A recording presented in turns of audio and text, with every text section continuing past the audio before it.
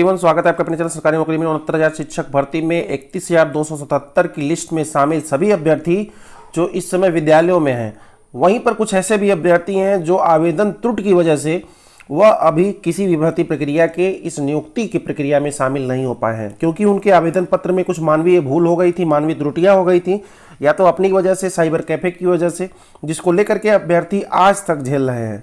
यानी कि जो नियुक्ति प्रक्रिया में जो अभ्यर्थी काउंसलिंग में शामिल हो सकते थे, मात्र आवेदन पत्र में कुछ मानवीय भूल के कारण उन्हें नियुक्ति से बाहर का रास्ता दिखाया गया है, जिसको लेकर के अभ्यर्थी धरने पर बैठे हैं।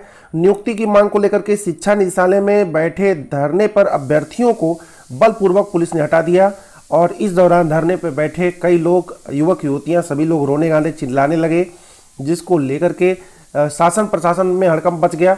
वहीं अभ्यर्थी की तरफ से कहा गया कि मामला हाईकोर्ट में गया था, हाईकोर्ट ने आदेश दिया था कि जितने भी लोगों का आवेदन फॉर्म में जितनी भी त्रुटि है उन्हें सुधारने का मौका मिले, उन्हें सुधारा जाए और इन्हें काउंसलिंग प्रक्रिया में शामिल करके इन्हें नियुक्ति पत्र दे दिया जाए। लेकिन काफ़ी दिन बीतने के बाद जब इनका सचिव स्तर पर वार्ता हुआ तो मोबाइल पर वार्ता हुआ शनिवार को ही, और कहा गया कि सोमवार को ये सारी समस्याएं हल कर दी जाएंगी, सोमवार तक। लेकिन मामला हल नहीं किया गया, जिसको लेकर के अभ्यर्थी उग्र हुए, रात में धरने पर बैठे थे, जिसको समस्या के अंतर्गत देखते हुए शासन प्रशासन ने वहां से इन लोगों को हटाया और पुनः कहा है कि मंगलवार को, यानी कि आज, पुनः मामले की सुनवाई इन्हें सचिव स्तर पर बुला करके अभ्यर्थियों को की जाएगी और जो भी इनकी खामियां हैं उनको दूर की जाएगी। फिलहाल अगर अभ्यर्थी धरने पर इसी कारण बैठे थे क्योंकि वह मिलने गए थे शिक्षा निदेशालय में, लेकिन वहां पर जो अधिकारीगण थे वह उपस्थित नहीं हुए, जानबूझ करके कि अभ्यर्थी वहां आ रहे हैं, जवाब देना पड़ेगा, क्योंकि जवाब तो उनके पास भी नहीं है लगता है। क्योंकि अगर उच्च स्तर से अगर कोई भी निर्देश आता है तो नीचे के कर्मचारी जो होते हैं सारे कार्य करते हैं, लेकिन जब तक कोई आदेश नहीं आता है तब तक इसी तरह अभ्यर्थियों को लटकाते दौड़ाते हैं।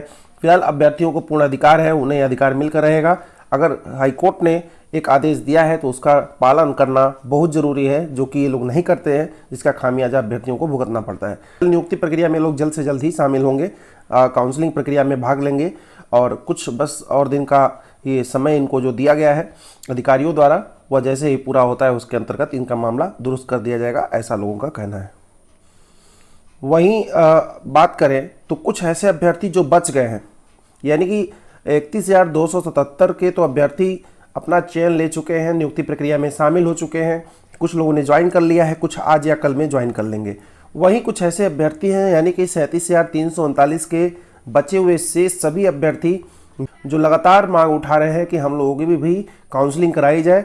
हम लोगों के साथ दो तरह का व्यवहार क्यों किया जा रहा है? एक ही भर्ती प्रक्रिया को दो भागों में बांटकर एक को दौड़ाया जा रहा है और एक को रोक दिया गया है। इस तरह का दो तरह का व्यवहार हम लोगों के साथ नहीं होना चाहिए।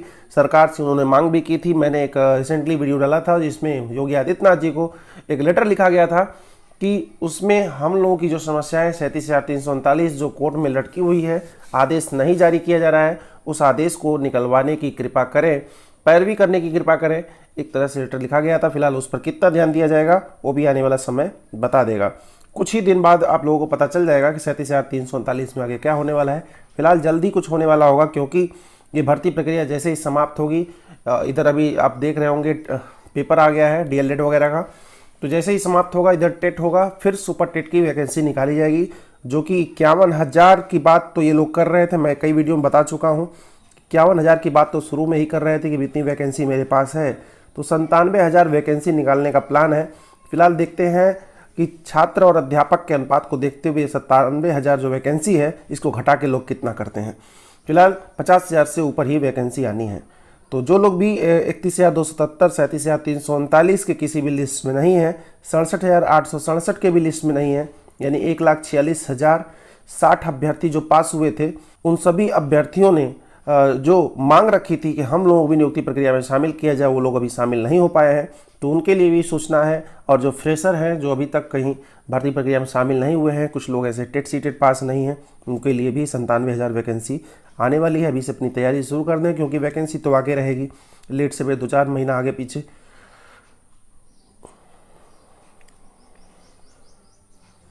वहीं बीएड की जो अभी काउंसलिंग का समय आया है वह थोड़ा सा आगे बढ़ा दिया गया है।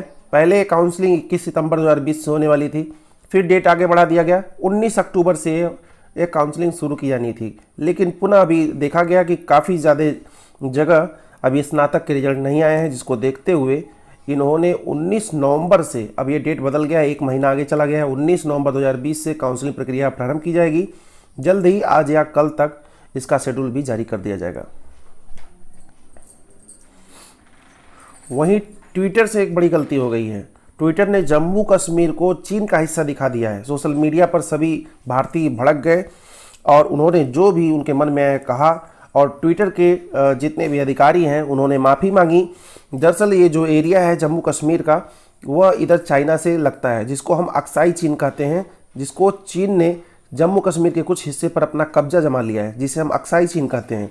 इसी एरिया को ट्विटर ने चीन का हिस्सा बता दिया, जिसको लेकर के भारतीय भड़क गए, क्योंकि अगर ये इंडिया का हिस्सा है, भले ही चीन अभी यहाँ पे कब्जा जमाया है तो इंडिया का ही, तो उसको चाइना का कहना ये जो भारतीय लोग हैं उन्हें अच्छा नहीं लगा, जिसको लेकर के ट्विटर के जितने अधिकारी थे उन्होंने माफ़ी मांगी और अपनी बात वापस की, और जियो टैग वहाँ से मतलब वहाँ का लोकेशन चेंज किया और इंडिया का दिखाया, तो तब जा कर के भारतीय जो है माने। तो 37,339 पर आगे क्या होना है, अभी कोर्ट के अधीन है ये मामला, तो जैसे ही इस पर कुछ अपडेट आता है आपको बता दिया जाएगा। धन्यवाद।